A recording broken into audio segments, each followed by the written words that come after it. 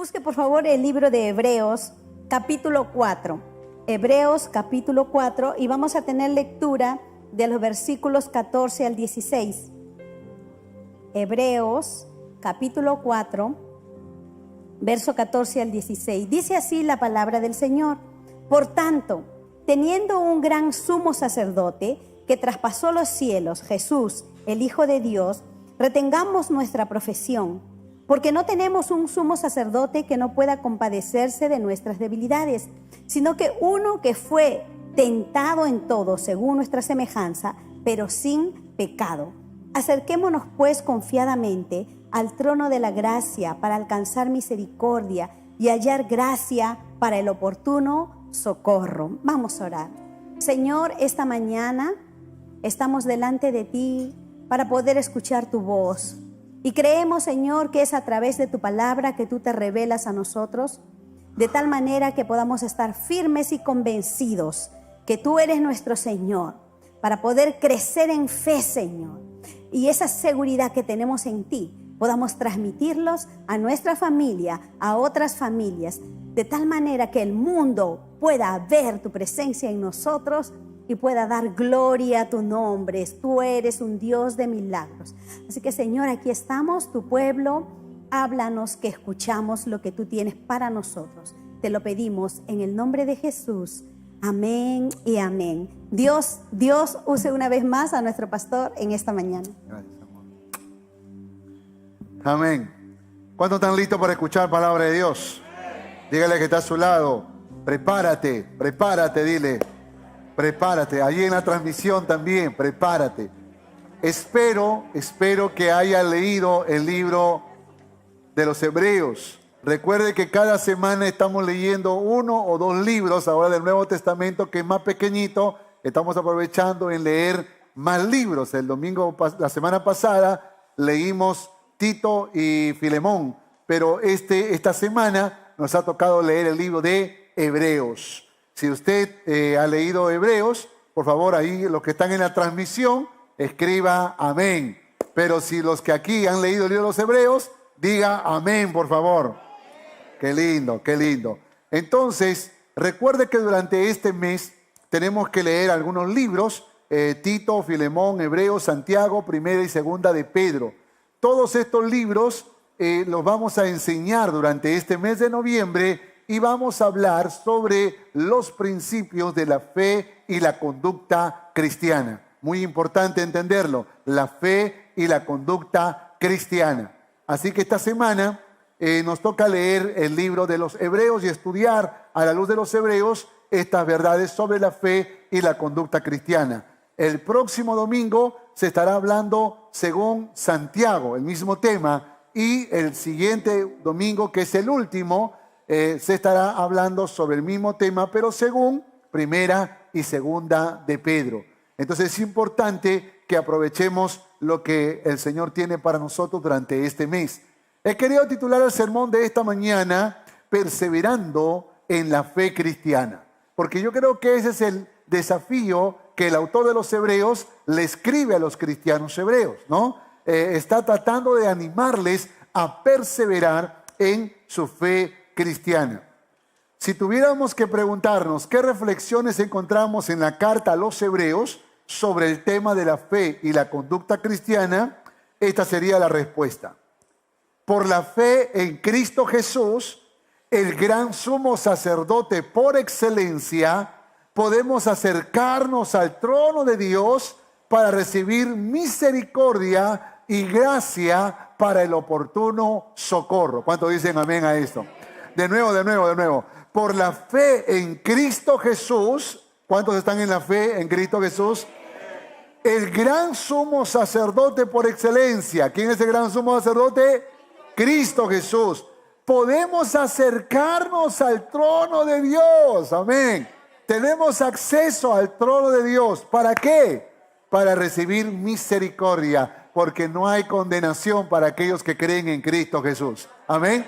Sino que recibimos misericordia y gracia. ¿Qué es gracia? Unción, fuego, poder. Eso que tú necesitas, fuerzas. El fuego de Dios Dice la palabra, para el oportuno socorro. Amén. Para el oportuno socorro. ¿Qué estaba pasando con los cristianos hebreos? Estaban viviendo tiempos de gran adversidad. Tiempos de gran adversidad. Algunos estudiosos dicen que los hebreos a los cuales se le escribe esta carta posiblemente son la iglesia del primer siglo, pero ya estaban en su segunda generación, o sea, la iglesia de Jerusalén. Solamente es una suposición, pero tiene sentido porque todos los que se convirtieron en Jerusalén venían del judaísmo. Así que eran los hebreos, ¿no?, que se convirtieron a Cristo. Y por supuesto, todas las iglesias que se plantaron luego fuera, era una combinación de hebreos y gentiles, ¿no? Pero la comunidad propiamente hebrea o ex judía eran los que estaban en la iglesia de Jerusalén. Nosotros sabemos que la iglesia de Jerusalén pasó por persecución. ¿Se acuerdan, no? Cuando murió Esteban, dice que fueron dispersados por toda Judea y Samaria. Pero también comenzaron a ser despedidos, fueron amenazados a dejar la fe cristiana. Y así como había muchos que eran salvos cada día, había muchos cada día que morían por su fe en Cristo Jesús. Eran expulsados de sus propias casas. De hecho, que hasta hace algunos años yo conocí a un ex judío que se convirtió a Cristo y se convirtió en un país de Europa, y luego él vuelve a Israel contándole a sus padres que él se había convertido a Cristo.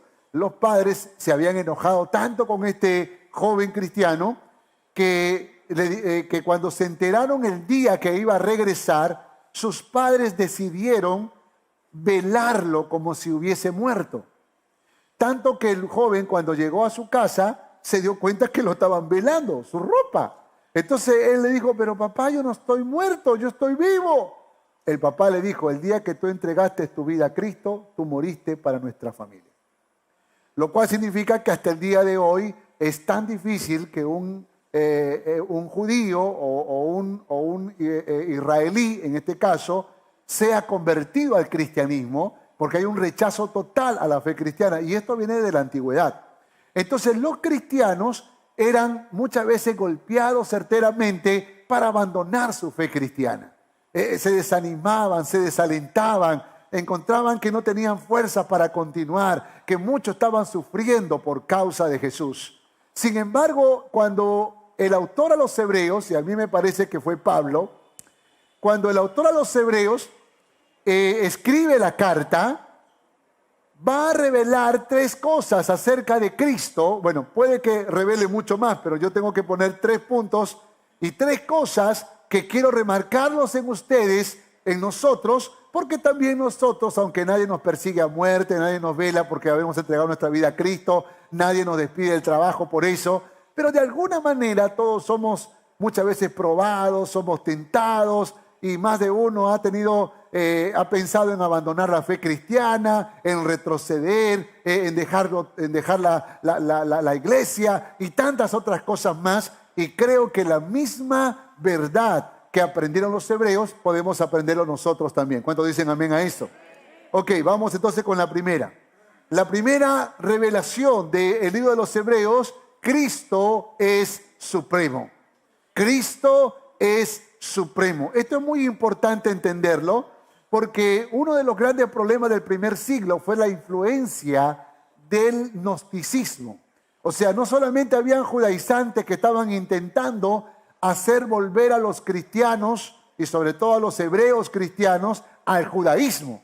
Porque recordarán en otros mensajes que hemos predicado que habían algunos judaizantes que llegaban a las iglesias cristianas y le decían, no solo Cristo, la ley es importante, Moisés es importante, y de alguna manera confundían a los cristianos. Y Pablo tuvo que hablar, por ejemplo, a los romanos, explicando que Jesucristo es el mediador, es el único. La fe en Jesucristo es lo que verdaderamente salva y no la ley, ¿no? Y mucho de esto también estaba pasando en otras iglesias. Entonces los judaizantes habían estado confundiendo la fe pura, pero también el gnosticismo de la época había distorsionado algunas enseñanzas, como por ejemplo que los ángeles debían ser adorados. Entonces Cristo el autor a los Hebreos declara a Cristo supremo, superior. ¿Y superior a quién? Primero a los profetas, segundo a los ángeles y tercero a Moisés. Note que aquí lo que está haciendo el autor a los Hebreos está golpeando certeramente a los judaizantes de la época, como también al gnosticismo de la época. Es decir, el autor está consciente que los cristianos se están confundiendo y hay que decirle, ¡hey! Más que Moisés, más que los ángeles y más que los profetas, es Cristo Jesús. Amén. Gloria al Señor por eso, ¿no? Capítulo 1, verso 1. Dice la palabra, Dios, habiendo hablado muchas veces y de muchas maneras en otro tiempo a los padres por los profetas, dice la palabra, en estos postreros días nos ha hablado, ¿qué dice la Biblia? Por el Hijo. O sea, lo que está diciendo el autor es verdad que en la antigüedad Dios habló a través de los profetas. Pero es importante que entiendan que ahora Dios está hablando por el Hijo. Y es importante escuchar al Hijo. O sea, en otras palabras, le está diciendo a esos hebreos que pertenecieron al judaísmo, tengan cuidado, los profetas tienen su lugar, los profetas son importantes, instrumentos de Dios, pero lo que el Hijo está diciendo tiene más relevancia y más actualidad que lo que los profetas están diciendo. Porque los profetas están proclamando al que viene en el nombre de Jehová. Pero Cristo está proclamando que Él ha venido. Por lo tanto, hay que escuchar al Hijo. Eso es lo que está diciendo el autor. Pero dice algo más. Y para eso abra su Biblia, por favor, porque no todo lo puedo poner aquí en la diapositiva. En el verso 3. Hablando del Hijo, verso 3, lea, busque su Biblia, por favor. Y si no ha traído, acérquese a un cristiano, por favor. Capítulo 1, verso 3. El cual, siendo el resplandor de su gloria y la imagen misma de su sustancia, y quien sustenta todas las cosas con la palabra de su poder, habiendo efectuado la purificación de nuestros pecados, por medio de sí mismo, se sentó a la diestra de la majestad en las alturas. Aleluya. Ese es Cristo Jesús. Amén. Entonces le está diciendo, el autor está diciendo, tienen que mirar a Jesús, porque Jesús no es un profeta. Jesús es el enviado por Dios. Más aún es aquel que murió por nosotros para que seamos redimidos de nuestros pecados. Más aún es aquel que resucitó y que ascendió a los cielos y está sentado a la diestra de Dios Padre. Esto probablemente no lo entendamos todavía, pero tiene que saber que esa posición es una posición de defensor, de abogado defensor, de protector de sus hijos. Por lo tanto, lo que está diciendo que nuestra confianza no tiene que estar puesta en los profetas, sino más bien en aquel que murió por nosotros, entregó su vida por nosotros, nos redimió de nuestros pecados y hoy está a la diestra de Dios Padre abogando por sus hijos. ¿Cuántos dicen amén a esto? Ponga su confianza en Cristo Jesús. No lo ponga en un profeta, dice el autor de los Hebreos, póngalo en Cristo Jesús. Lo segundo, los ángeles, superior a los ángeles. Dice la palabra en Hebreos 1:4, hecho superior, tanto superior a los ángeles, cuanto heredó más excelente nombre que ellos. Jesús fue hecho superior a los ángeles. Interprete ese hecho no como que Jesús fue hecho por Dios o fue creado por Dios, que eso es lo que los testigos de Jehová intentan enseñar. Error garrafal, porque la palabra griega ginomai, hecho, ginomai, significa establecer, constituir, declarar. En otras palabras, cuando la Biblia dice que fue hecho, y puede que esta traducción no sea tan específica, según la palabra griega, lo que trata de decir es que fue declarado, fue establecido, porque Jesucristo es el Hijo de Dios. Pero los versículos siguientes nos dan más claridad. Por favor, lea el verso 5. El verso 5 dice, porque ¿a cuál de los ángeles dijo Dios jamás, mi hijo eres tú, yo te he engendrado hoy, y otra vez yo seré el padre y él será a mi hijo. Y otra vez, cuando introduce al primogénito en el mundo, dice, adórenle todos los ángeles de Dios. Entonces el autor de los Hebreos dice, Jesús no es hecho, Jesús no fue creado como los ángeles fueron creados. Jesús fue establecido, fue coronado, fue honrado, fue valorado, fue declarado Hijo de Dios. Y es más, Dios Padre dijo, adórenle los ángeles. Y eso queda implícito que al único que se le adora es ¿a quién? ¿Es a quién? Por lo tanto, Jesucristo es. Por lo tanto, Jesucristo es. Entonces la Biblia está diciendo, ustedes no confíen en los ángeles ni pongan su esperanza en los ángeles. Imagínense que un cristiano decía, ay, arcángel Gabriel, ayúdame. Ay, arcángel Miguel, ayúdame. Usted no puede poner su esperanza en un ángel ni en ningún arcángel, porque hay uno que ha dado su vida por nosotros y es digno de toda alabanza y es digno de toda adoración, y es aquel que Dios lo estableció superior a los ángeles, Jesucristo. Amén. Entienda esto, por favor, porque todavía hay algunos que dicen ángel de la guarda, dulce compañía. No. Usted no tiene que estar orando a ningún ángel. Ore a Jesucristo. Amén. Eso es importante entenderlo. Esa es la razón por la cual estás fallando en tu vida cristiana y estás derrotado todo el tiempo, porque no has puesto tu esperanza en el único que es el intercesor y el que te da la gracia y la unción para tener victoria. Mire lo que dice la palabra. Tú quieres saber qué hacen los ángeles. ¿Y para qué sirven los ángeles? Acá está. Capítulo 2, verso 14. Dice, ¿no son todos espíritus ministradores enviados para servicio a favor de los que serán herederos de la salvación? Esto es tremendo, ¿eh? O sea, los ángeles, tú no tienes que pedir que venga un ángel. Quiero un ángel aquí. ¿Quién eres tú para decir eso? No. El Señor envía a sus ángeles. ¿Sabe? Mi cuñada, que es la esposa del pastor de Guaral, me contó una vez que ella estaba en una vigilia y como a la medianoche decidió ir a su casa y pasó por un pasaje muy pequeñito, oscuro, para llegar a su casa. Tiene que pasar por ese pasaje, si no tiene que dar una vuelta muy grande. Entonces ella decidió con mucho temor pasar por ese pasaje, oró a Dios, le dijo, Señor, ayúdame, más peligroso es dar toda la vuelta, mejor paso por este pasaje. Y no se dio cuenta que había un grupo de muchachos que estaban drogándose dentro de ese pasaje oscuro. Así que ella cruzó y cuando se dio cuenta ya no podía hacer nada, siguió cruzando, los muchachos lo vieron, no le dijeron nada. A la semana siguiente se convirtieron algunos chicos en la iglesia y uno de ellos se le acercó a mi cuñada y le dijo, señora, yo quería pedirle disculpas porque yo intentaba robarle la semana pasada cuando usted pasó por el pasaje. Y ella dijo, ay, ¿tú eres uno de los que estaba ahí? Sí, pero yo quiero hacerle una pregunta. ¿Quiénes eran esos ángeles, esas personas grandes, fornidas, altos, que estaban a su alrededor? Eran 4.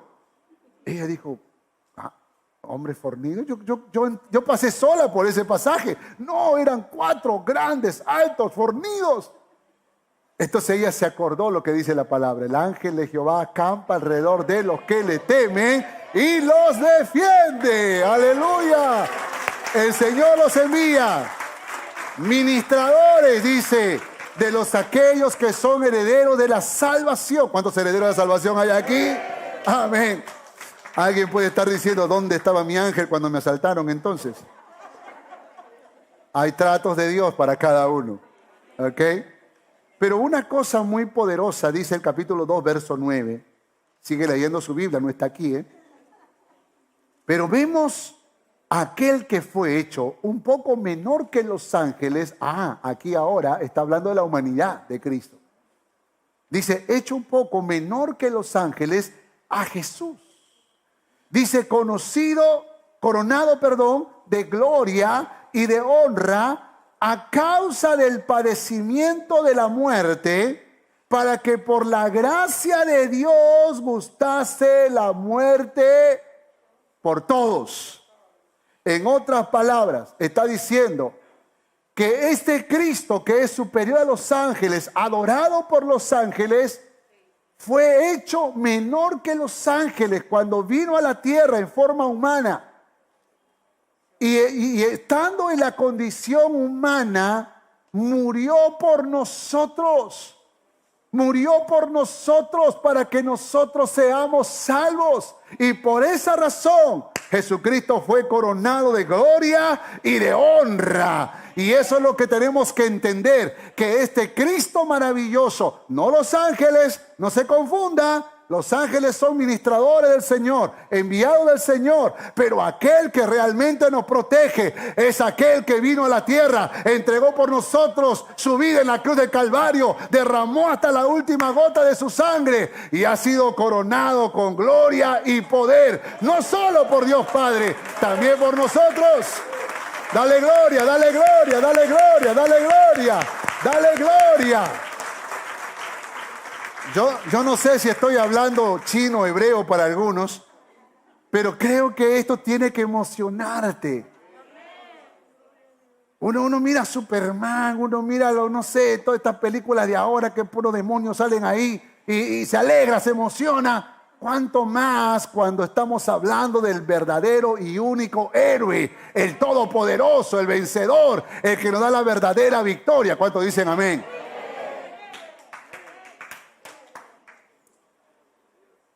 Superior a Moisés.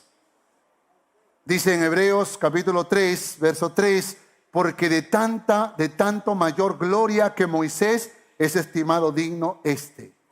En la traducción del lenguaje actual dice, pero Dios le dio a Jesús mayor gloria que a Moisés. ¡Qué tremendo! ¡Qué tremendo! No me toques a Moisés, dicen los hebreos. A Moisés no me lo toque, por favor, porque Moisés era admirado, era elogiado, era reconocido, tanto que la ley se conocía como la ley mosaica. O sea, no era la ley de Dios. Claro, era la ley de Dios, pero la conocía como la ley mosaica. ¿Se acuerdan cuando Jesús reprendió a los que se permitían dar carta de divorcio? Y entonces Jesús dijo, claro, sí, porque Moisés se lo permitió. Moisés, pero así no fue al inicio. O sea, papá Dios dijo otra cosa. Pero la gente comenzó a seguir a Moisés al punto que estaba adorando casi a Moisés. Y claro, como nosotros somos idólatras por naturaleza, preferimos escuchar a un hombre que escuchar al mismo Dios. Y preferimos reconocer a un hombre que reconocer a Dios. Y aquí entonces el autor de los Hebreos les dice, Jesús es mayor que Moisés. ¡Fua! Eso fue un flechazo. Un flechazo. Y eso es importante entenderlo. A nosotros los padres nos pasa algo parecido. Por ejemplo, nuestros hijos se hacen profesionales, crecen, se hacen profesionales, exitosos, empresarios. Y claro, cuando la gente dice, ay, pero qué chico tan inteligente, ay, qué chica tan inteligente, ay, mira, qué exitoso, qué exitoso. Oh, los papás dicen, oh, tómame foto, dice. Y es verdad, es verdad, es verdad. Ha habido un esfuerzo de los padres, pero no te equivoques. Lo que tus hijos lograron no fue por ti. Tú solo fuiste el instrumento. Quien realmente le dio ese inteligencia, no es tu ADN. No es tu ADN. El que realmente le dio el éxito es aquel que lo diseñó, que lo creó, que lo formó, que lo toma como hijo, como hija, y que ha abierto las compuertas de los cielos y ha derramado bendición hasta que sobreabunde. Y eso es lo que pasa con nosotros. Toda gloria siempre será para Dios. Toda gloria y toda honra siempre será para Dios. Amén. No para Moisés, para Dios. Y eso es importante entenderlo. Un día una hermana me dijo, pastor, así como Moisés fue un gran líder, pastor, usted es un gran líder. Yo le dije, mi hermanita, deje de mirarme tanto a mí y mira al cielo y reconozca a Papá Dios como aquel que es el Señor de esta iglesia. Porque creo que es importante. Ahora, no es que yo no quiero que que me reconozcan. No, claro que sí.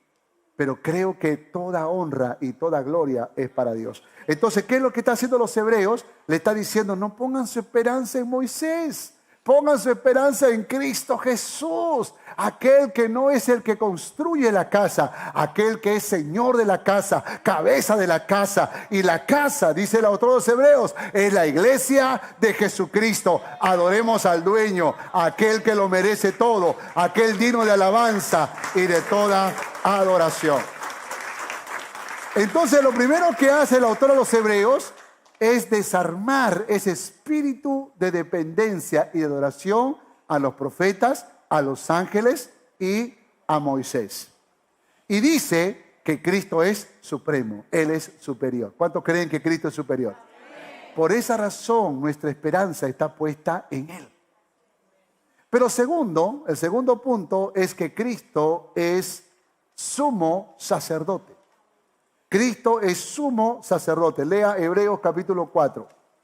Por tanto, teniendo un gran sumo sacerdote que traspasó los cielos, Jesús el Hijo de Dios, retengamos nuestra profesión, porque no tenemos un sumo sacerdote que no podemos compadecernos, que no puede compadecerse de nuestras debilidades, sino uno que fue tentado en todo según nuestra semejanza, pero sin pecado. Acerquémonos pues confiadamente al trono de la gracia para alcanzar misericordia y hallar gracia para el oportuno socorro. En el verso 14, la declaración, mantengámonos firmes en nuestra profesión, otra traducción va a decir en nuestra confesión. La palabra griega dice reconocimiento, pacto. Mantengámonos firmes en nuestro compromiso, mantengámonos firmes en nuestro pacto, mantengámonos firmes en nuestra profesión, mantengámonos firmes en nuestra confesión de fe. ¿Por qué razón el autor dice esto? Porque los cristianos estaban desertando. Entonces necesitan algo que los ayude. Ahora el autor de los Hebreos dice, tienes que seguir perseverando porque tenemos a Jesús como nuestro sumo sacerdote. Escuche esto, por favor, porque esto es muy importante, muy importante. El sumo sacerdote era la función era de interceder por el pueblo. Mientras que el profeta era un intercesor o un mensajero de Dios al pueblo, el sacerdote o el sumo sacerdote era un mensajero del pueblo a Dios. Entonces, ¿qué mensaje llevaba Dios? Confesión de pecados, perdón. Acuérdate que el sumo sacerdote entraba una vez al año al lugar santísimo, hacía sacrificios para adquirir el perdón. En otras palabras, era como un defensor. Cuando la Biblia dice que Jesucristo está sentado a la diestra de Dios Padre, esa es como una posición del sumo sacerdote. Y la posición de Jesús a la diestra de Dios Padre no es para acusarnos, sino es para defendernos. ¿Cuántos dicen amén a esto? Es para defendernos. Por eso es que es importante entender lo que significa el sumo sacerdote, porque la misión no ha cambiado. Así como el sumo sacerdote decía, Dios Padre, por favor, perdónalos. Aquí está el sacrificio, aquí está la sangre del sacrificio. Así también Jesucristo, cuando nosotros pecamos, está en el cielo diciendo, Padre, sabes que yo derramé mi sangre por él, por los pecados del pasado y del futuro. Perdónalo, por favor, y dale una nueva oportunidad. Y por la gracia de Dios Padre, que nos mira a través de Jesucristo, somos justificados y somos perdonados y somos limpiados y tenemos una nueva oportunidad. ¡Aleluya! ¡Celebra, por favor! Ni Superman hace eso, hermano. Hebreos capítulo 5, verso 6. Como también dice en otro lugar, tú eres sacerdote por siempre, según el orden de Melquisedec. ¿Se ha dado cuenta que hay varios capítulos, casi del 5 al 10, que habla sobre esto? Hebreos 5, 8. Y aunque era hijo, por lo que padeció, aprendió la obediencia y habiendo sido perfeccionado, vino a ser autor de eterna salvación para todos los que le obedecen. Y fue declarado sumo sacerdote según el orden de Melquisedec. Hebreos capítulo 6, verso 18. Tengamos un fortísimo consuelo los que hemos acudido para asirnos de la esperanza puesta delante de nosotros, la cual tenemos como segura y firme ancla del alma y que penetra hasta dentro del velo. Entienda eso, que penetra hasta dentro del velo, donde Jesús entró por nosotros como precursor, hecho sumo sacerdote para siempre, según la orden de Melquisedec. Una vez más aparece este personaje, que es un personaje desconocido. ¿Quién fue Melquisedec? ¿Quién fue? ¿Y por qué razón el autor de los Hebreos, precisamente a los hebreos, les habla acerca del sumo sacerdocio y les explica que Jesucristo no es de la línea del sumo sacerdocio según la orden levítica o según la orden de Aarón, sino más bien según la orden de Melquisedec? Es muy interesante. Ahora, ¿quién es Melquisedec? No tengo que añadir nada a lo que la Biblia dice. Lea conmigo, capítulo 7, verso 1. Porque este Melquisedec, rey de Salem, sacerdote del Dios Altísimo, que salió a recibir a Abraham, que volvía de la derrota de los reyes, y le bendijo, a quien asimismo dio a Abraham los diezmos de todo, cuyo nombre significa primeramente Rey de Justicia y también Rey de Salem, esto es, Rey de Paz. Por esa razón, algunos teólogos explican que esto es una cristofanía. Es una manifestación de Cristo en el Antiguo Testamento.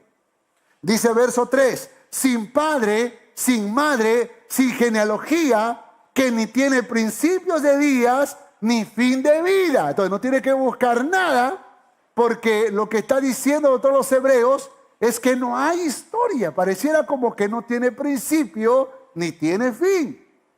Sino hecho semejante al Hijo de Dios, permanece sacerdote para siempre. O sea, estas características no es de ningún sacerdote temporal como los tuvo Israel. Y note que aquí todavía no existía Israel. Todavía estaba Abraham. Israel estaba en sus lomos. Todavía no nacía la descendencia y el pueblo en sí mismo, pero ya Abraham reconoce a Melquisedec como el sumo sacerdote. Verso 4. Considerad pues cuán grande era este, a quien aún Abraham el patriarca dio diezmo del botín. Otra vez diezmos. O sea, porque era el sumo sacerdote, le entregó los diezmos. Siga leyendo, siga leyendo. Ciertamente, los que de entre los hijos de Leví reciben el sacerdocio, tienen mandamiento de tomar del pueblo los diezmos según la ley, es decir, de sus hermanos, aunque estos también hayan salido de los lomos de Abraham, porque no habían nacido todavía. Entonces está diciendo, porque el sumo sacerdote recibe los diezmos. Eso es lo que la ley enseña. Pero esa verdad es una verdad que está marcada en el corazón desde la antigüedad. Por esa razón, Abraham, antes que existiera la ley y antes que existiera la nación de Israel, él le entregó los diezmos a Melquisedec, porque lo reconoció como el sumo sacerdote, y al sumo sacerdote se le dan los diezmos. ¿Quién es nuestro sumo sacerdote? ¿Quién es nuestro sumo sacerdote? ¿Y quién dijo entonces que los diezmos están abolidos? Porque tenemos un sumo sacerdote, ¿sí o no? Y acá la palabra de Dios dice que al sumo sacerdote, ¿qué hay que hacer? Hay que darle los diezmos. Ok, siga por favor, verso 6.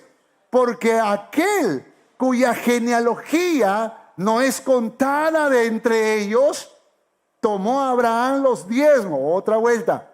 y bendijo al que tenía las promesas. Una vez más, aquel cuya genealogía no es contada de entre ellos. ¿Por qué dice el autor esto? Porque Jesús no es descendiente de la tribu de Leví.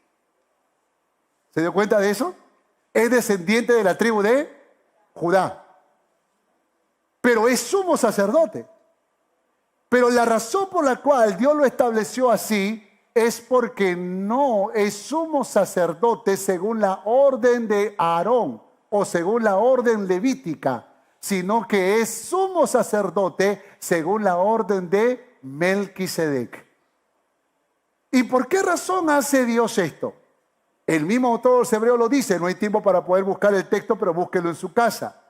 Dice, para que no estemos conectados a la ley mosaica o a la ley de la antigüedad, sino que tengamos otra ley que es la ley de Cristo. Por esa razón le está diciendo esto a los hebreos, le está diciendo, lo que pasa es que ustedes todavía están conectadas a la orden levítica, ustedes todavía están conectados a la ley de la antigüedad. Pero lo que ustedes no entienden de que hoy tienen un nuevo sumo sacerdote, no según la orden levítica, sino según la orden de Melquisedec, donde aquí solamente hay una ley, que es la ley del amor y la obediencia a aquel que merece toda honra y toda adoración, nuestro Cristo Jesús. ¿Cuántos dicen amén a esto? Entiéndalo, por favor. Entienda esto.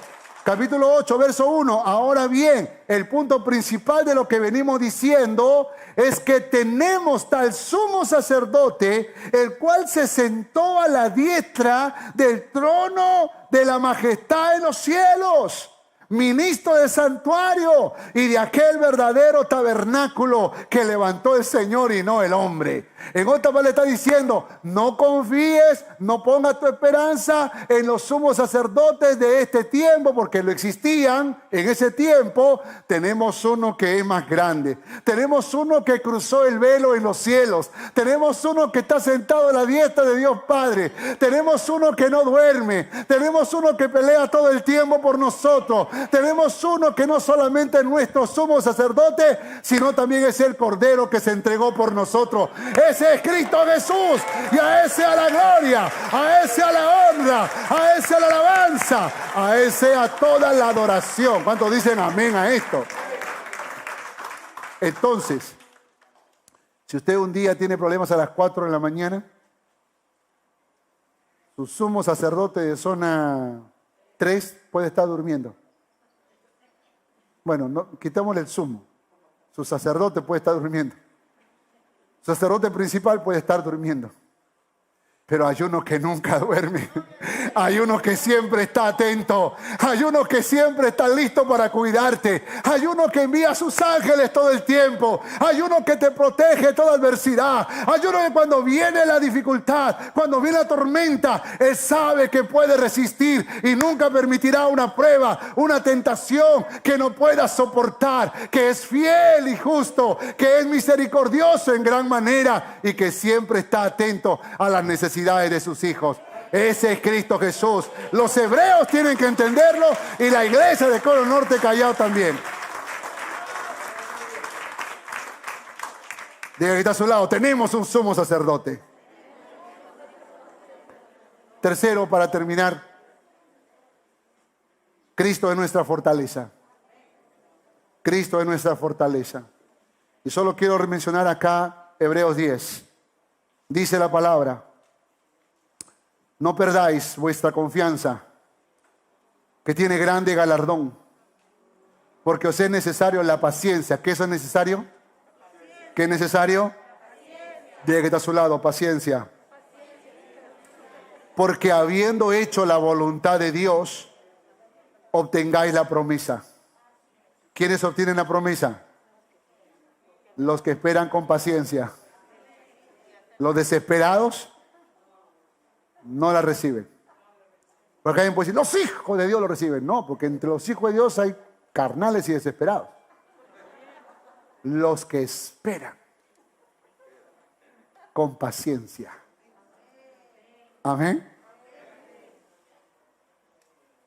Porque un poquito, dice, verso 37, y el que ha de venir vendrá. No tardará. Tranquilo, tranquila. Verso 39, porque nosotros no somos de los que retroceden para perdición, sino de los que tienen fe para preservación del alma. ¿Cuántos dicen amén? ¿Cuántos dicen yo soy uno de ellos?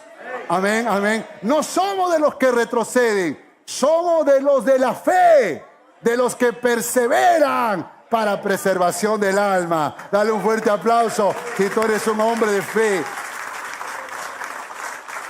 Ahora comprende por qué en Hebreos 11 habla de los héroes de la fe. Porque esos son los que confiaron en Dios. Esos fueron los que esperaron en Dios. Esos fueron los que caminaron con Dios. Esos fueron los que le creyeron a Dios. El día de ayer, escuchando el mensaje de mi hijo Josías, impresionante, me encantó cuando él estaba diciendo, a veces vivimos una vida cristiana tan común y corriente que nos olvidamos que tenemos una fe para ver cosas extraordinarias en nuestras vidas. Y es verdad, hermanos. Tenemos un banquete frente a nosotros, pero estamos comiendo arroz con huevo. Tenemos mucha riqueza, pero vivimos como mendigos. Tenemos una fe poderosa y andamos envueltos en el pecado, viviendo en fornicación, en adulterio, en pleitos, en disensiones, en contiendas, en tantas otras cosas, y te olvidas que hay uno en quien tú puedes poner tu esperanza. Por eso el autor de los Hebreos dice, puesto los ojos en Jesús, el autor y consumador de la fe. Es importante que nosotros entendamos esto. Ahora, ¿en qué se traduce tu fe cristiana? Aquí está. Aquí está. 1, soporta la corrección. Cuando alguien te corrige, dale gracias. No lo mires con odio. No lo mires con cólera. No te enojes con esa persona. ¿Quién le habrá dicho al pastor mi vida? Nadie. Nadie. Ya vas a ver cuando llegues a la casa. Chismoseándole al pastor, ¿no? Fíjense que un día yo estaba en una conferencia en una provincia y yo puse nombre, por eso que ya no pongo nombres, ¿no? Dije, supongamos que Juan y María tienen sexo y ella queda embarazada. Pero estoy poniendo solo un caso. Hay un alboroto en la iglesia, todos se miran para todos lados, se levanta una muchacha, corre para atrás, otro muchacho sale, corre para atrás, el pastor corre para atrás, y yo no sé qué estaba pasando. Pero resulta que había un Juan y una María que habían tenido relaciones sexuales, prematrimoniales. Y peor aún, que recién María le iba a contar a Juan que estaba embarazada. Entonces, ¿qué dijeron algunos? ¿Quién le contó al pastor? ¿Y qué autoridad tiene el pastor para revelar los nombres? Entonces, a veces uno va por la vida pensando que todo es humano, cuando muchas veces es espiritual, hermanos. Es espiritual. Porque si yo dijera, aquí hay un fornicario, no necesariamente es porque lo sé. Puede que sea Dios quien lo sabe. Amén. O acá hay un adúltero y puede que yo no lo sepa, pero Dios lo sabe y Dios nos guía a decirlo. Tenemos que recibirlo como de Dios. Hay que aceptar la corrección. Diga que está a su lado, acepta la corrección. Somos pacificadores, seamos pacificadores y santos. Elimina toda raíz de amargura. Tengamos gratitud. Mira, este es carácter, ¿ah? Seamos amorosos y hospitalarios. Rechaza toda inmoralidad. ¡Ey! A los fornicarios y adúlteros. Rechaza toda inmoralidad. Rechaza toda avaricia. Esos que aman el dinero, la plata. Y lo último, el que más me gusta. Respeta y ama a tus pastores. ¿Qué pasó? Eso también es carácter, hermanos. Y dice la palabra, acordaos de vuestros pastores que os hablaron la palabra de Dios. Considerar cuál haya sido el resultado de su conducta e imitar su fe. Me encanta eso. Porque creo que los pastores tenemos el reto de ser ejemplo. Amén. Pero lo otro dice, obedeced a vuestros pastores y sujetaos a ellos, porque ellos velan por vuestras almas. Como quien ha de dar cuenta, para que lo hagan con alegría y no quejándose.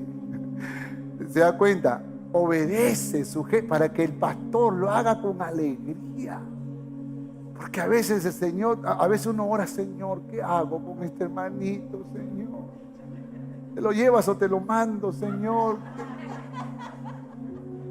Ilumínalo o elimínalo, Señor. Porque a veces uno sufre con algunas ovejitas. Pero aquí lo justo es esto, que si lo vamos a hacer con alegría, obedezca, pues, hermano. Sujétese, caminemos juntos en esa obediencia y hemos de ver la gracia y la gloria de Dios en nuestras vidas. El Dios de los Hebreos nos deja muchos principios para que podamos mantenernos fuertes y saludables cuando llega la adversidad. Así que Cristo es supremo, Cristo es nuestro sumo sacerdote y Cristo es nuestra fortaleza. ¿Cuántos dicen amén? Denle un fuerte aplauso al Rey de Reyes.